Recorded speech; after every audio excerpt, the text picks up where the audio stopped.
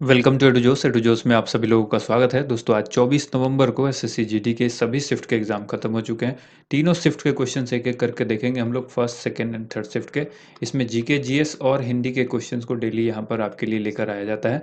तो वीडियो अगर पसंद आती है तो इसको लाइक एंड शेयर जरूर कीजिएगा, क्योंकि ज़्यादा से ज़्यादा हमारा टारगेट होता है कि वीडियो को ज़्यादा से ज़्यादा लोग देख पाएँ। तो जब आप शेयर करेंगे तभी आपके दोस्त और बाकी लोग देख सकेंगे। तो इस वीडियो में अगर आपको किसी तरह की दिक्कत है तो कमेंट करके भी बता सकते हैं। इस वीडियो का पीडीएफ फाइल अगर आप लेना चाहते हैं तो हमारी ये पीडीएफ फाइल जो है हमारे एप्लीकेशन पर डाल दी जाती है डेली। तो आप इसको गूगल प्ले स्टोर से डाउनलोड करके इंस्टॉल कर लीजिए। अगर आपने पहले से इंस्टॉल किया हुआ है तो उसको अपडेट कर लीजिए। चैनल को सब्सक्राइब करके बेल आइकन जरूर प्रेस करें ताकि हर वीडियो का नोटिफिकेशन आपको मिलता रहे। चलिए सबसे पहले फर्स्ट शिफ्ट के क्वेश्चन देखेंगे, उसके बाद सेकेंड शिफ्ट के देखेंगे, फिर थर्ड के देखेंगे। किसान दिवस कब मनाया जाता है, ये क्वेश्चन पूछा गया फर्स्ट शिफ्ट में। 23 दिसंबर को। एक ही पैरालंपिक में 2 मेडल जीतने वाले खिलाड़ी का नाम पूछा गया था, अवनी लेखड़ा। 8th अनुसूची में कितनी भाषा है, ये पूछा गया है। 8वीं अनुसूची में 22 भाषा है। यूएस ओपन 2020 महिला खिताब किसने जीता, ये भी सवाल पूछा गया। तो इसका आंसर क्या हो जाएगा, इसका आंसर होगा नाओमी ओसाका ने। इसके बाद है पो 12 होना, ये एक हिंदी का मुहावरा है, इसका अर्थ पूछा गया था। तो बहुत लाभ होना इस मुहावरे का अर्थ होगा। इसके बाद देखिए आपसे सवाल ये भी पूछा गया है कि खूब लड़ी मर्दानी वो तो डैश वाली रानी थी, यहाँ पर डैश दे दिया तो झांसी वाली रानी थी। इसके बाद है साइमन कमीशन भारत कब आया था, 1928 में भारत आया था। इसके बाद देखिए अरावली श्रेणी होगा, यहाँ पर ये गलत लिखा हुआ है। अरावली श्रेणी की सबसे ऊंची चोटी गुरु शिखर की ऊंचाई कितनी है, इसको करेक्ट कर लीजिए आप लोग। अरावली श्रेणी की, यहाँ पर याद रखिएगा, अरावली श्रेणी की सबसे ऊंची चोटी गुरु शिखर की ऊंचाई कितनी है, 1722 मीटर है। और अगर फीट में याद रखना चाहते हैं तो 5676 फीट है। कहाँ पर है ये, राजस्थान में है। इसके बाद सवाल पूछा गया है अर्थशास्त्र के जनक कौन है, तो आंसर होगा एडम स्मिथ। इसके बाद क्वेश्चन है केंद्र शासित प्रदेश का उल्लेख किस अनुच्छेद में है, तो आंसर होगा 239 ए, 242 ए से लेकर के 242 तक। ये भाग 8 में आता है, ये भी आपको याद रखना है। देव दिवाली जो है वो कहाँ मनाया जाता है, तो देव दिवाली या देव दीपावली ये वाराणसी में मनाया जाता है, उत्तर प्रदेश में। इसके बाद है ब्रह्मा का शुद्ध वर्तनी पूछा गया था, तो ब्रह्मा जो शुद्ध रूप है वो इस तरह से लिखा जाता है। नेक्स्ट क्वेश्चन देखिए, सोना का पर्यायवाची पूछा गया। तो सोना का पर्यायवाची स्वर्ण, धन, संपत्ति, स्वर्ण, कंचन, ये सब सोना के लिए पर्यायवाची है। फूलों का अध्ययन क्या कहलाता है, तो फूलों के अध्ययन को हम लोग फ्लोरिकल्चर कहते हैं। गोल्डन लंगूर के लिए फेमस नेशनल पार्क भी पूछा गया कि ये कहाँ, इस नेशनल पार्क का नाम क्या है, तो मानस नेशनल पार्क है। विटामिन के का रासायनिक नाम पूछा गया है, फाइलोक्विनोन जो है वो इसका रासायनिक नाम होता है। अब इसी तरह बच गई जो vitamin A B C D, ठीक है, ए बी सी डी ई, इसके लिए आप याद रखिएगा, बी को ना भी याद रखें, ए सी डी ई जरूर याद रखिएगा, ये आपके एग्जाम में जरूर देखने को मिलेगा। सितारा देवी किससे संबंधित है, ये पूछा गया है, तो ये कथक नृत्यांगना थी, ठीक है। इसके बाद है 2020 का ईज ऑफ डूइंग बिजनेस में भारत की रैंक पूछी गई है, क्या है, 63वीं रैंक है।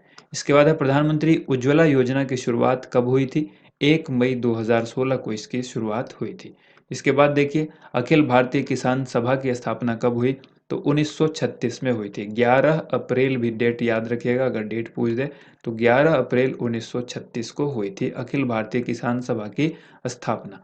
जीका वायरस का विषाणु पूछा गया, तो देखिए पर्टिकुलर कोई विषाणु नहीं है, विषाणु की फैमिली से बिलोंग करता है और फैमिली का नाम आपसे पूछा गया होगा। तो फ्लेवी वायरस परिवार से ये बिलोंग करता है, तो याद रखिएगा फ्लेवी वायरस, ये जीका वायरस जो है फ्लेवी वायरस परिवार से संबंधित है।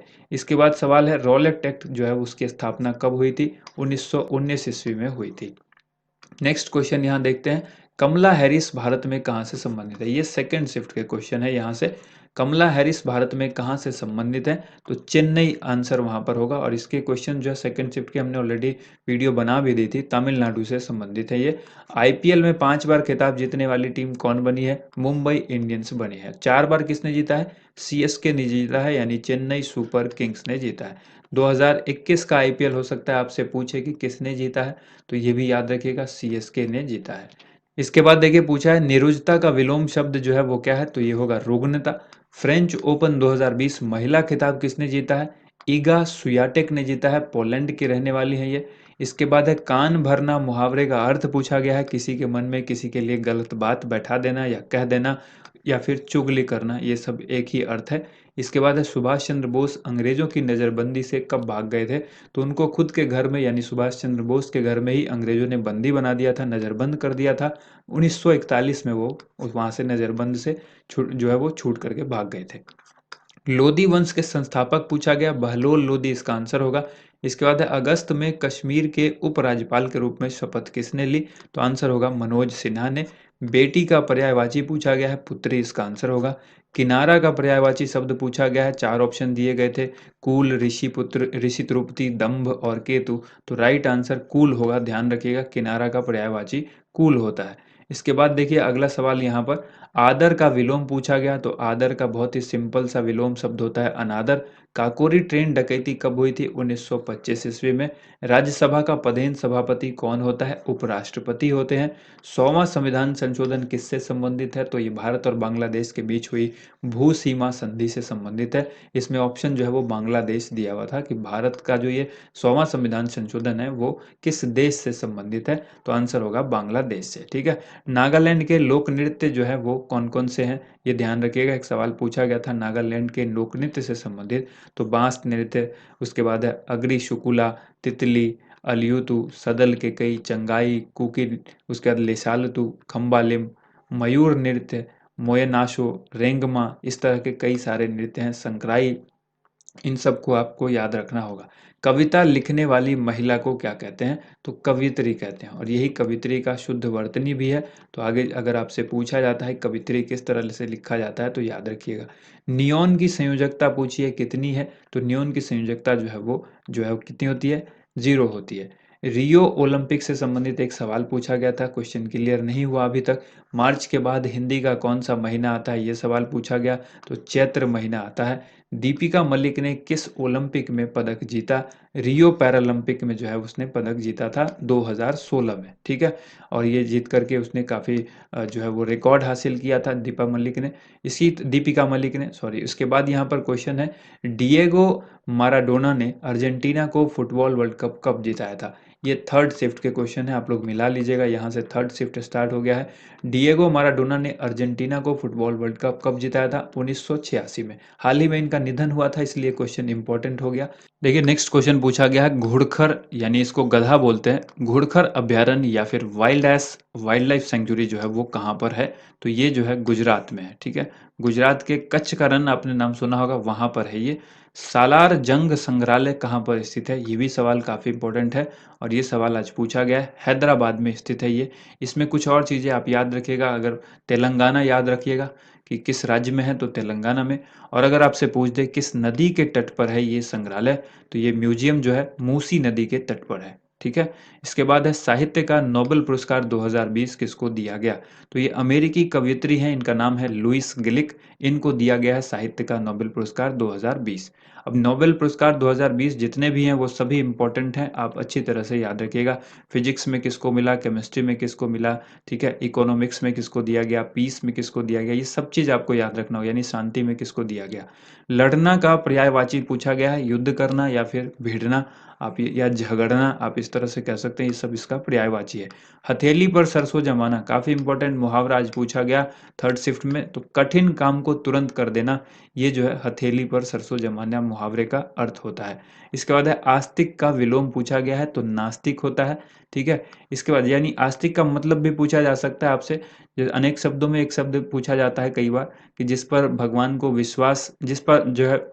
भगवान पर जिसका विश्वास ना हो, तो वैसे लोगों को नास्तिक कहते हैं, और जिसका भगवान में विश्वास हो उसको आस्तिक कहते हैं।